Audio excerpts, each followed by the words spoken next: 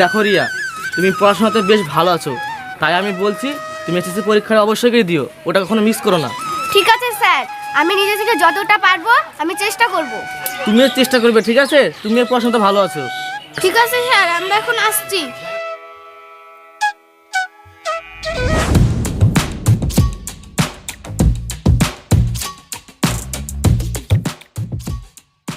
বস বস, ওখানে পাখি এসে পাখি।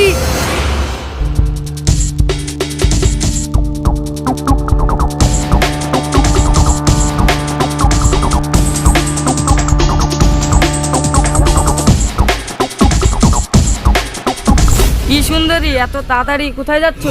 দেখুন, আপনি রাস্তা ছাড়ুন। প্রতিদিন আমাদেরকে আপনি ডিস্টার্ব করেন। আজ রাস্তা ছাড়ুন, নাহলে আমি আমার আব্বাকে বলে দেবো। তাহলে তো ভালোই হয়, আমার শ্বশুর আব্বার সাথে দেখা হয়ে যাবে। ঠাস করে একটা চড় মারবো, জানোয়ার কোথাকার। সুন্দরী, তোমাকে তো আমার একদিন করবই। কি রে বুড়ি, কলেজ থেকে চলে আসলে? হ্যাঁ মা, চলে আসলাম।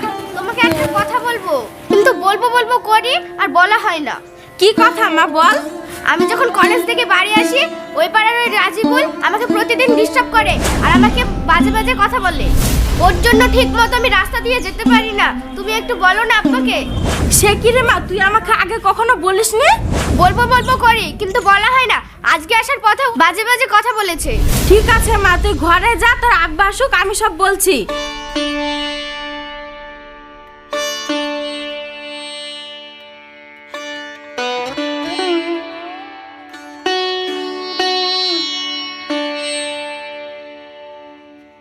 কই দাও দেখি, আমাকে দুটো খেতে দাও।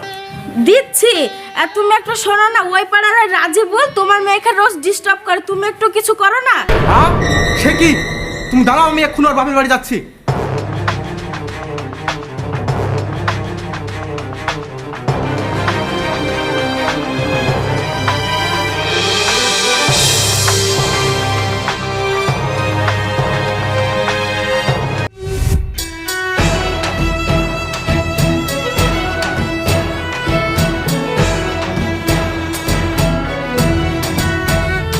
এই তো ভাই, আমি আপনার কাছে যাচ্ছিলাম। কেন, কি হয়েছে বলেন?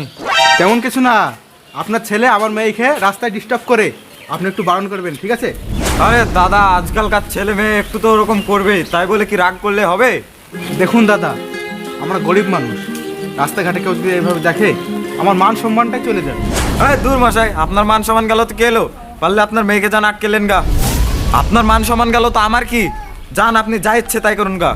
যান, ছোট লোকের বাচ্চা কোটাকার।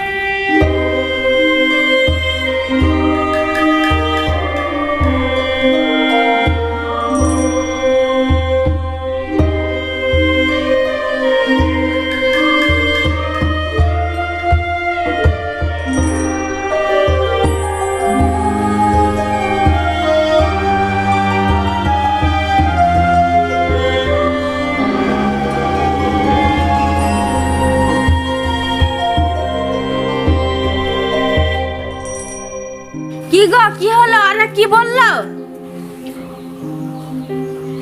আর বলো না, আমি ওর বাপের কাছে গেছিলাম, ওর বাপ আমাকে যা ইচ্ছাই তাই বলে অপমান করলো। তাহলে তুমি এখন কি ভাবলে? সমাজের বুকে মেয়ের মান সম্মান রক্ষা করতে হলে বিয়ে দিতেই হবে, তাছাড়া কোনো উপায় নাই। কিন্তু এখন তো ওর অল্প বয়স, এখন কি করে বিয়ে দেব? সে আমি কিছু জানি না, কালকে আমি ওর বিয়ে দেবো। ঠিক আছে, তোমার যেটা ইচ্ছে তুমি সেটাই করো। আরে হাসিবা, কেমন আছো? ভালো আছো? পরীক্ষা ঠিক করে দিয়েছে তো? হ্যাঁ স্যার, পরীক্ষাটা খুব ভালোই হয়েছে। তা রিয়াকে তো দেখছি না, রিয়া পরীক্ষা দিয়েছে তো? স্যার, রিয়া তো পরীক্ষা দিতে পারেনি, ওর তো বিয়ে হয়ে গিয়েছে। তুমি এটা কি বলছো? এত ভালো স্টুডেন্ট, ভালো ভালো পড়াশোনা করে, তোর বাবা মা এটা কি করলো? বিয়ে দিয়ে দিল? এত অল্প বয়সে বিয়ে দিয়ে দিল? ঠিক আছে, তুমি যাও, মা আসছি। এত ভালো একটা স্টুডেন্ট, তোর বাবা মা বিয়ে দিয়ে দিল? সত্যি এখনকার মানুষ বটে।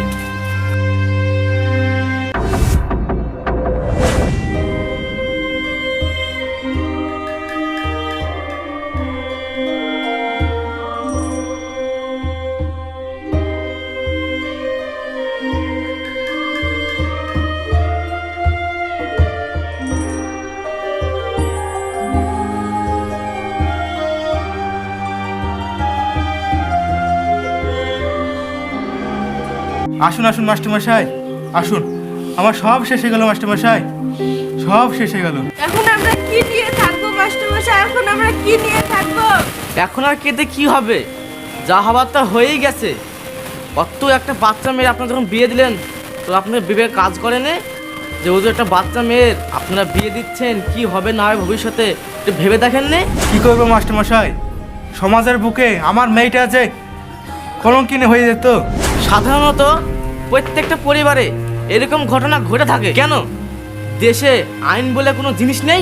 দরকার পড়লে আইনের সাহায্য নেবেন, তাই বলে ওরকম একটা বাচ্চা মেয়েকে মৃত্যুর মুখে ঠেলে দিবেন? ভারতবর্ষে ছেলেদের 22 বছর এবং মেয়েদের 18 বছর বয়সে হলে কান বিয়ে দেওয়া উচিত। তার আগে বিয়ে দিলে এটি দণ্ডনীয় অপরাধে পরিণত হবে। তাই আপনারা বাল্যবিবাহ প্রতিরোধ করুন এবং দেশকে মুক্ত করুন। জয় হিন্দ। হ্যালো তো হ্যালো গাইজ, এই ভিডিওটি আপনাদের কেমন লাগলো অবশ্যই কমেন্টে জানাবেন এবং লাইক কমেন্ট শেয়ার করবেন। তো গাইজ বেশ কয়েকটা ভিডিও আপনারা দেখেছেন যে আমাদের মেয়ে নেই কো, কারণ তাদের পরীক্ষা ছিল সেই জন্য তারা ভিডিও করতে পারেনি। এরপর থেকে প্রতিনিয়ত তারা ভিডিও করবে এবং আপনাদের ভিডিও কেমন লাগলো অবশ্যই কমেন্টে জানাবেন। তো গাইস, এই ভিডিওটি আপনাদের কেমন লাগলো অবশ্যই কমেন্টে জানাবেন।